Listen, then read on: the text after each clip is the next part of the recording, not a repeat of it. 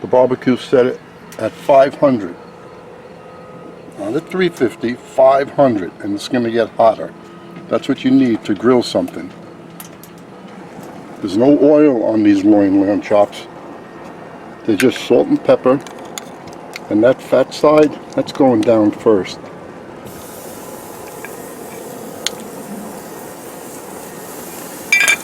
Keep it closed all the time. You don't want to lose any of the heat. So this is going to take a few minutes. We'll close this.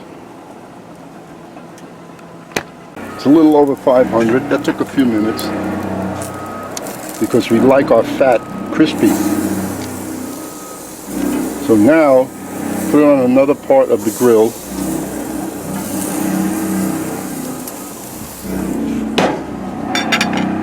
I'm going to leave it like that for a few minutes. No oil is necessary, as you can see. It's not necessary, and you don't need the flavor of the olive oil or any kind of oil. And all it's going to do is like burn in there. Not necessary. That was like 2 minutes. So now we're going to turn this like so on another part, like so. So we get beautiful marks on there. Crisscross. If you notice, the meat didn't stick. Oil's not necessary because the grill is very hot.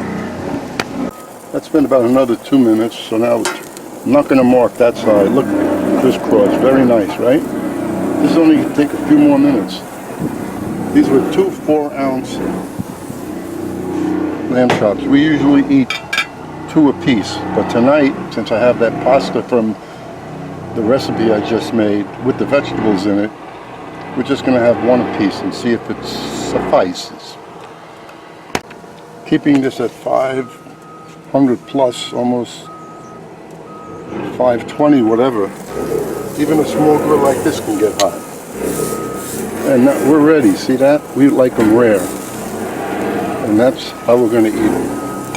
That didn't take long. Look how pretty they look.